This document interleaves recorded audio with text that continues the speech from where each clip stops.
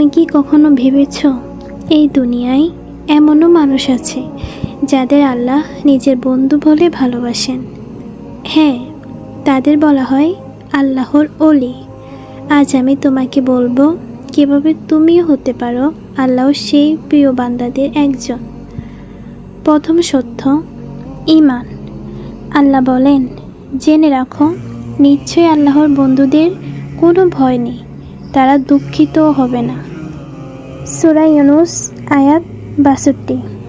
যারা ঈমান এনেছে, আল্লাহকে ভয় করে আর তার আদেশ মানে, তাদেরই আল্লাহ নিজের ওলি বানিয়ে নেন। দ্বিতীয় ধাপ, নামাজ। নামাজ শুধু ফরজ নয়, এটা হচ্ছে আল্লাহর সাথে তোমার একান্ত কথোপকথন। যে মানুষ ৫ ওয়াক্ত নামাজ নিয়মিত পড়ে, আল্লাহ তার হৃদয় নরম করে দেন, শান্তি দিয়ে দেন। তৃতীয় ধাপ, মানুষের উপকার করা। আল্লাহর প্রিয় বান্দারা কেবল ইবাদত করেন না, তারা মানুষের উপকারেও এগিয়ে আসে।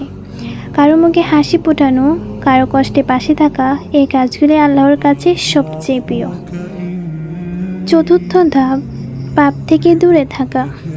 আল্লাহর ওলিরা জানে হারাম কাজ সাময়িক আনন্দ দেয়, কিন্তু শেষে কেবল কষ্ট আর আফসোস এনে দেয়। তাই তারা একা থাকলেও আল্লাহকে ভয় করে, কারণ তারা জানে আল্লাহ সব দেখছেন। পঞ্চম ধাপ, জিকির ও দোয়া। দিনে কয়েকবার আল্লাহর নাম স্মরণ করো। সুবহানাল্লাহ, আলহামদুলিল্লাহ, আল্লাহু আকবার, লা ইলাহা ইল্লাল্লাহ।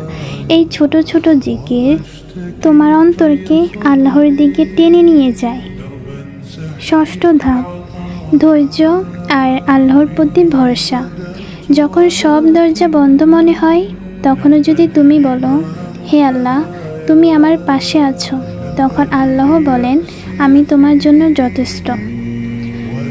আল্লাহর ওলি হওয়া মানে অলৌকিক ক্ষমতা অর্জন নয়, বরং আল্লাহর সন্তুষ্টির পথে জীবন যাপন করা। তুমি যতই আল্লাহর দিকে এগিয়ে যাবে, আল্লাহ ততই তোমার দিকে ভালোবাসা নিয়ে এগিয়ে আসবেন।